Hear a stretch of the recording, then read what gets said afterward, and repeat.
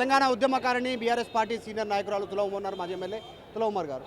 హరీష్ రావు ఈరోజు ఒక క్లారిటీ ఇచ్చే ప్రయత్నం చేసినట్టుగా అనిపించింది. మొన్న నుంచి కవిత చెప్తున్నటువంటి స్టేట్మెంట్కి బీఆర్ఎస్ బీజేపీలో విలీనం అవుతుంది అనే మాటకు క్లారిటీ ఇచ్చినట్టుగా కనిపిస్తుంది. చెప్తారు అంటే క్లారిటీ అనేది కాదు, పార్టీ విధి విధానాలే చెప్పిర్రు. ఎప్పుడు కూడా బీజేపీతోటి కలవాలని, బీజేపీతో పొత్తు పెట్టుకోవాలనేటువంటి ఆలోచన ఎప్పుడూ చేయలేదు. ఏదో కొంతమంది అట్లా మాట్లాడుతున్నారే తప్ప అట్లాంటి ఇవల్ల ఇది ఉద్యమ పార్టీ, తెలంగాణ కోసమే ఏర్పడినటువంటి పార్టీ. కాబట్టి తెలంగాణను ఎట్లా అభివృద్ధి చేసుకోవాలి, అభివృద్ధి పదంలో ఎట్లా ముందుకు తీసుకెళ్లాలనేది కేసీఆర్ గారికి తెలుసు. ఆనాడు తెలంగాణ తీసుకురావడం కోసం తెలంగాణలో ఉన్నటువంటి సకల జనులను ఏకం చేసినటువంటి పార్టీ, తెలంగాణ కోసమే పుట్టినటువంటి పార్టీ, తెలంగాణలో ఇప్పుడు బలమైనటువంటి పార్టీ ఈ పార్టీ. ఇవాళ క్యాడర్ ఇవాళ మీరు చూసిరు, ఎవరికి కూడా ఫోన్లు చేయలేదు, ఎవరిని రమ్మనలేదు. ఇవాళ పార్టీ ఒక్క పిలుపునిచ్చింది, తెలంగాణలో తెలంగాణ ఆవిర్భావ దినోత్సవ వేడుకలు జరుగుతాయని.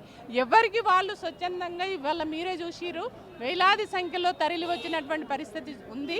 కాబట్టి ఇవాళ బీఆర్ఎస్ పార్టీ ఇవాళ వేరే వాళ్ళు వచ్చి పొత్తు పెట్టుకోవాలని ఆలోచిస్తారే తప్ప బీఆర్ఎస్ మాత్రం వేరే వాళ్ళతో పొత్తు పెట్టుకోవాలనే ఆలోచన ఎప్పుడు చెయ్యదు. స్వతంత్రంగానే కొట్లాడతాము.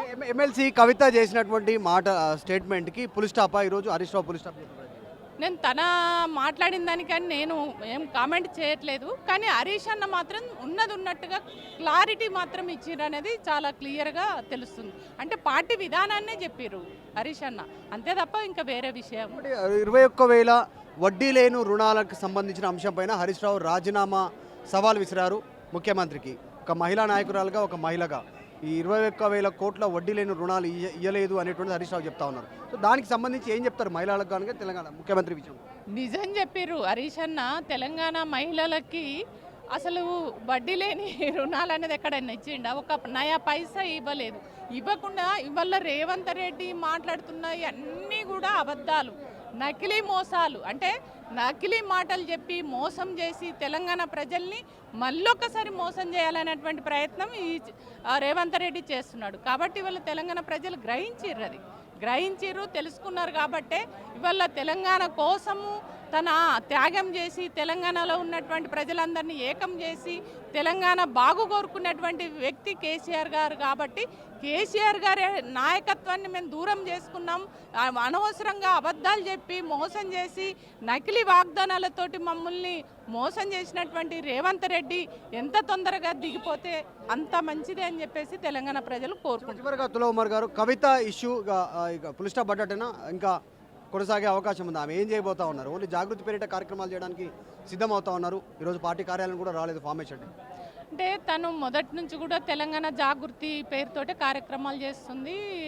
తన కార్యక్రమాలు, తన జాగృతి యొక్క విధి విధానాలు చెప్పుకుంటూ వెళ్తుంది. అంతే తప్ప పార్టీకి సంబంధించినటువంటి కార్యక్రమాలు ఎప్పుడైనా కూడా తను బయట సపోర్ట్గా ఉండి బయటనే చేసేదే తప్ప ఇక్కడ ఎక్కడోళ్ళు అక్కడ పాల్గొన్నారు. ఇవాళ ఇక్కడికి వచ్చిన వాళ్ళు కూడా హరీష్ అన్న గెస్ట్గా వచ్చిర్రు, మధుసూదనాచారి గారు వచ్చిర్రు, హైదరాబాదు జంటనగర్లలో ఉన్నటువంటి ముఖ్య నాయకులు వచ్చిర్రు. కానీ జిల్లాలలో ఉన్న వాళ్ళు, ఇంకా రాష్ట్ర స్థాయిలో ఉన్నటువంటి చాలామంది ఎమ్మెల్యేలు, ఎమ్మెల్సీలు, ఎంపీలు కూడా, మాజీ ఎంపీలు కూడా ఇంకా జిల్లాలలో ఎవరి జిల్లాలో వాళ్ళు పార్టిసిపేట్ అవుతున్నారు. కాబట్టి అందులో భాగంగా తను ఎక్కడైనా పార్టిసిపేట్ అవ్వచ్చు, అంతే తప్ప ఇంకా దానికి దీనికి సంబంధం లేదు. తులా ఉమా చెప్తా ఉన్నటువంటి హరీష్ రావు ఉన్నటువంటి అంశాన్ని ప్రస్తావించే ప్రయత్నం చేశారు. ఏదైతే బీఆర్ఎస్ బీజేపీలో విలీనం అవుతుంది అనేటువంటిది చర్చ జరుగుతుందో దానికి పులి స్టాప్ పెట్టే ప్రయత్నం చేశారు ఈరోజు హరీష్ రావు తెలంగాణ ఫార్మేషన్ డే సందర్భంగా. వీడియో జర్నలిస్ట్ జాఫర్తో మధు మల్కేడ్కర్, హైదరాబాద్.